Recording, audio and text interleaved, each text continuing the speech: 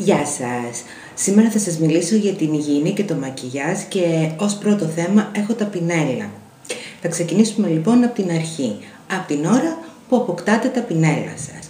Ας πούμε ότι σήμερα παραλάβετε από το ταχυδρομείο τα υπέροχα εκείνα πινέλα που θέλατε και ανυπομονείτε να τα χρησιμοποιήσετε.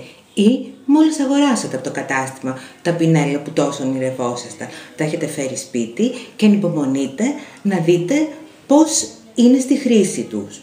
Θα σας συμβούλευα για 2 λόγους να μην το κάνετε. Να περιμένετε δηλαδή τουλάχιστον ένα 24ωρο πριν τα χρησιμοποιήσετε. Και τι εννοώ? Πάρα πολλά πινέλα, όπως αυτά τα μεγάλα πινέλα, τα μαύρα, είναι βαμμένα. Αυτό είναι δεδομένο. Πολλές φορές όμως υπάρχει επιπλέον χρώμα στις τρίχες και αυτό το καταλαβαίνετε γιατί όταν τα πλύνετε αφήνουν μαύρο χρώμα και καμιά φορά περισσότερο από μία φορά θα τύχει να το πλύνετε και να αφήσει μαύρο χρώμα. Γι' αυτό το λόγο προτείνω με το που θα τα πάρετε τα πινέλα πρέπει να πλυθούν. Ο δεύτερος λόγος που επιμένω στο να πλένονται τα πινέλα πριν χρησιμοποιηθούν, πέρα από το επιπλέον χρώμα που μπορεί να έχουν οι τρίχες, είναι το ότι δεν ξέρουμε τις συνθήκες που κατασκευάζονται και τις συνθήκες που αποθηκεύονται. Δηλαδή, μπορεί να είναι αποθηκευμένα έτσι, χύμα, σε μία αποθήκη για 1 χρόνο. Δεν ξέρουμε σε τι συνθήκες είναι, αλλά όποιες και αν είναι οι συνθήκες, ποτέ δεν έχει έρθει ένα πινέλο στα χέρια μου, σε όλα αυτά τα χρόνια που δουλεύω, που να έχει την ένδειξη ότι είναι αποστηρωμένο. Γι' αυτό, καλό είναι με το που τα παραλαμβάνετε να τα πλένετε. Να τα αφήνετε να στεγνώνουν και την επόμενη μέρα να τα χρησιμοποιείτε. Τώρα, η ερώτηση που τίθεται πολλές φορές είναι τα πινέλα που χρησιμοποιείτε εσείς κατά αποκλειστικότητα πρέπει να καθαρίζονται κάθε φορά μετά τη χρήση? Κατά την προσωπική μου άποψη, ναι. Καλό είναι να καθαρίζονται μετά από κάθε χρήση. Αυτό είναι καθαρά προληπτικό και κυρίως για τα πινέλα που χρησιμοποιείτε σε σκόνες. Ό,τι είναι σε στεγνό περιβάλλον, όπως δηλαδή είναι σε μορφή σκόνης δηλαδή, ρούζ, πούδρες, δεν αναπτύσσουν εύκολα βακτήρια. Είναι πολύ σπάνιο να αναπτύξουν βακτήρια. Ενώ ό,τι είναι σε υγρό περιβάλλον, κρέγιον, lip gloss, κρεμόδι ρούζ, make-up σε μορφή κρέμας κτλ.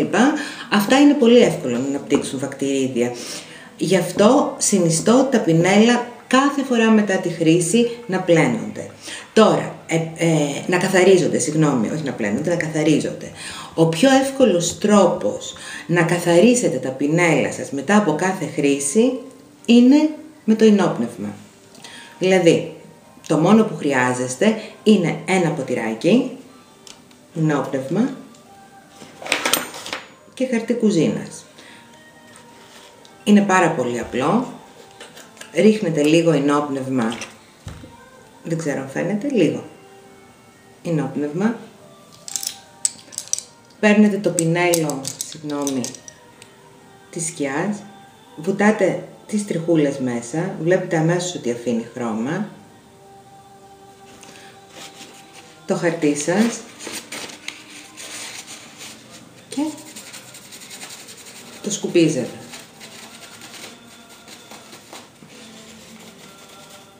Εάν βλέπετε ότι στο χαρτί αφήνει χρώμα, το ξαναβουτάτε λίγο στο ινόπνευμα και συνεχίζετε.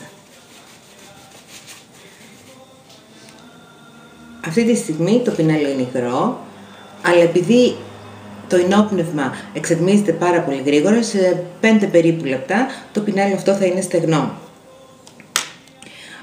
Αυτό κάνετε με όλα τα πινέλα που έχετε χρησιμοποιήσει, δεν παίρνει παραπάνω από 5-6 λεπτά στο να καθαρίσετε όλα σας τα πινέλα. Τώρα, τα πινέλα της πούδρας που είναι μεγάλα, μπορείτε βεβαίως να τα βουτήξετε στο ινόπνευμα, αλλά αν είναι μόνο για προσωπική σας χρήση, μπορεί να βρέξετε με ινόπνευμα μία πετσετούλα. Έτσι.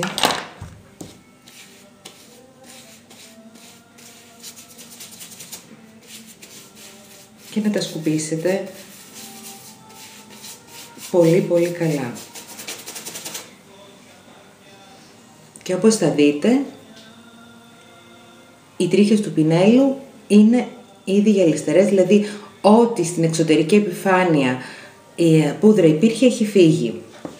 Αυτό σας βοηθάει ώστε να διατηρούνται τα πινέλα σας καθαρά. Πολλές φορές όμως, ειδικά στα λευκά πινέλα, όπως αυτό που βλέπετε ότι έχει χρώμα, θα δείτε ότι το χρώμα με το ενόπνευμα δεν θα φύγει τελείως. Θα μείνουν κάποια ίχνη χρώματος. Όμως αυτό το χρώμα δεν μπορεί να μεταφερθεί στην επόμενη χρήση, είναι ελάχιστο, είναι μέσα στην τρίχα και ο μόνος τρόπος για να φύγει είναι να πλυθεί κανονικά. Και γι' αυτό δεν χρειάζεται να σας προβληματίζει. Θα πρέπει να σας πω ότι την τεχνική με το ενόπνευμα, όταν πρόκειται να μακιγιάρουμε περισσότερο από ένα άτομα σε μία δουλειά και πρέπει να περάσεις γρήγορα από τον έναν στον άλλον και κάποιο πινέλο σου χρειάζεται να το ξαναχρησιμοποιήσεις, να το έχεις χρησιμοποιήσει δει στον άλλο. Συνήθως έχουμε 2-3 πινέλα από κάθε είδος. Όμως τυχαίνει κάποια φορά να χρησιμοποιήσεις παραπάνω πινέλα και είναι αυτό ακριβώς που κάνουμε. Το βουτάμε στο ενόπνευμα, το καθαρίζουμε και μπορούμε με ασφάλεια να περάσουμε στο επόμενο άτομο. Τώρα, το επόμενο στάδιο είναι το εβδομαδιαίο πλύσιμο. Αυτό το κάνετε στο μπάνιο ή στην κουζίνα σας. Είναι πάρα πολύ απλό. Για μένα σημαντικό είναι να πλυθούν καλά τα πινέλα και να στεγνώσουν με ένα συγκεκριμένο τρόπο, ώστε την επόμενη μέρα που θα είναι έτοιμα να έχουν το σχήμα που είχαν όταν τα πρωτοπήρατε. Γι' αυτό τώρα θα μεταφερθούμε στην κουζίνα μου.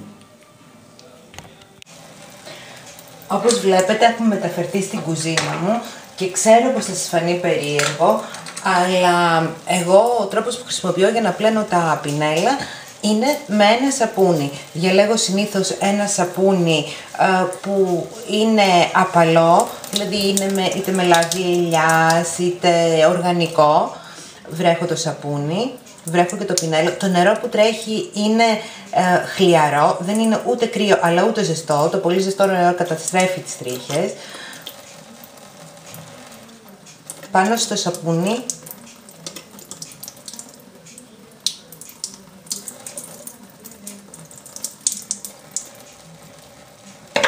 και μετά τρίβω το πινέλο στο χέρι.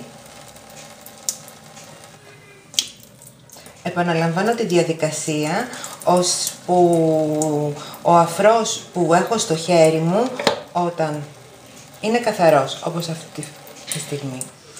Το ξεπλένω απαλά.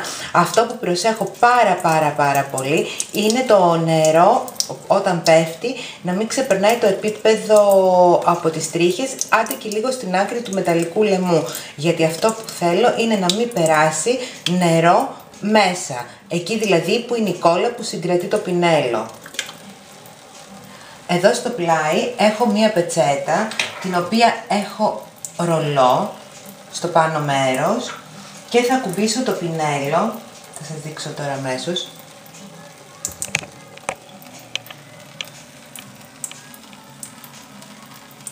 Έτσι, δηλαδή το ξύλινο μέρος επάνω και οι τριχούλες προς τα κάτω, ώστε να αποφύγει η υγρασία να γυρίσει προς τα μέσα.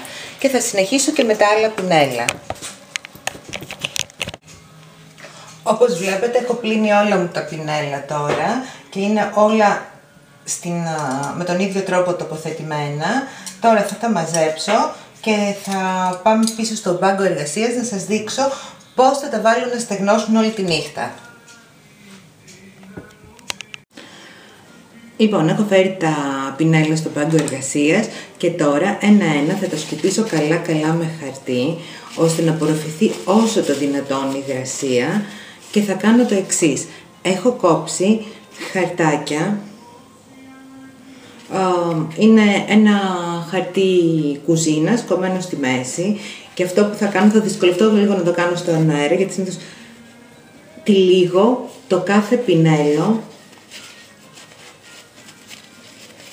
σφιχτά, στρίβω την ακρούλα του, κάπως έτσι, και το βάζω με τις τριχούλες προς τα κάτω, να μείνει όλη τη νύχτα να στεγνώσει. Το ίδιο και τα μικρά πινέλα.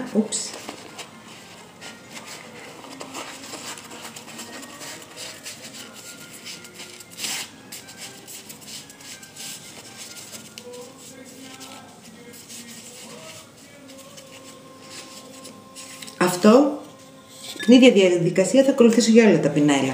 Αυτό σε τι βοηθάει? Θα στεγνώσουν σιγά σιγά τα πινέλα, όποια υγρασία θα πέσει προς τα κάτω και θα προπορροφηθεί με το χαρτί, και όντας τυλιγμένα έτσι, όταν θα τα βγάλετε θα έχουν το σχήμα που είχαν όταν τα αγοράσατε, δηλαδή τα βοηθάει να κρατάνε το σχήμα τους. Βεβαίως υπάρχουν ειδικά διχτάκια, λέγονται brush guard, που μπορείτε να τα βρείτε στο ίντερνετ και να παραγγείλετε και κάνουν ακριβώς την ίδια δουλειά. Τώρα, επειδή ξέρω ότι κάποιος θα το σχολιάσετε γιατί δεν χρησιμοποιώ κάποιο ειδικό σαμπουάν για τα πινέλα όταν τα πλένω, όταν ξεκίνησα να χρησιμοποιώ πινέλα και να τα πλένω, δεν υπήρχε σαμπουάν, ειδικά για πινέλα. Και χρησιμοποιούσαμε απλά σαπούνι. Αυτό που θέλω να σας πω είναι ότι τα μεγάλα πινέλα, μία φορά το μήνα, αφού τα πλύνω, τους βάζω με αλλακτική κρέμα, τα αφήνω 5 λεπτάκια και μετά τα ξεπλένω και τα τυλίγω και τα αφήνω να στεγνώσουν όλη τη νύχτα. Μία φορά το μήνα όμως, όχι πιο συχνά, δηλαδή όχι κάθε εβδομάδα που τα πλένω. Και τα πινέλα μου διατηρούνται σε πάρα πολύ καλή κατάσταση. Βεβαίως μπορείτε να χρησιμοποιήσετε για να πλύνετε τα πινέλα σας και σαμπουάν για τα μαλλιά. Κατά προτίμηση θα πάρετε ένα σαμπουάν για ξηρά μαλλιά, γιατί έχει ανυδατικούς παράγοντες μέσα. Δεν έχω παρατηρήσει να έχουν κάποιο πρόβλημα τα πινέλα μου, παρότι είναι και πινέλα που πλένονται πολύ περισσότερο από μια φορά την εβδομάδα. Γιατί όταν χρησιμοποιούνται σε μια πελάτηση που επιστρέφω σπίτι, η πρώτη δουλειά είναι να τα πλύνω και να τα αφήσω όλη τη νύχτα να στεγνώσουν, στην επομένη να είναι έτοιμα, είτε έχω είτε δεν έχω δουλειά. Αυτά είχα να σας πω.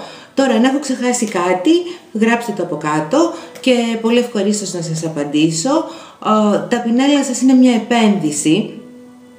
Κυριολεκτικά μια επένδυση, είναι κάτι που κρατάει χρόνια, δεν είναι πήρα μια σκιά, τη βαρέθηκα και θα την αλλάξω, γι' αυτό και πιστεύω ότι κάποιος πρέπει να δίνει κάποια χρήματα για πινέλα. Βέβαια οι καιροί έχουν αλλάξει πάρα πολύ, θα το συζητήσουμε σε κάποιο άλλο βίντεο αυτό. Υπάρχουν πινέλα και πολύ οικονομικά και πολύ ακριβά. Δεν πάβει να είναι ένα αναλώσιμο εργαλείο. Οπότε πιστεύω μια μέτρια τιμή είναι το καλύτερο που μπορείς να έχεις. Εκτός αν μπορείς να διαθέσεις πολύ μεγάλα ποσά για να κάνεις ένα set από πινέλα. Αυτά για σήμερα. Στο επόμενο βίντεο θα μιλήσουμε γενικά για την υγιεινή των προϊόντων σας. Πολλά φιλιά και μέχρι την επόμενη φορά να είστε όλες καλά.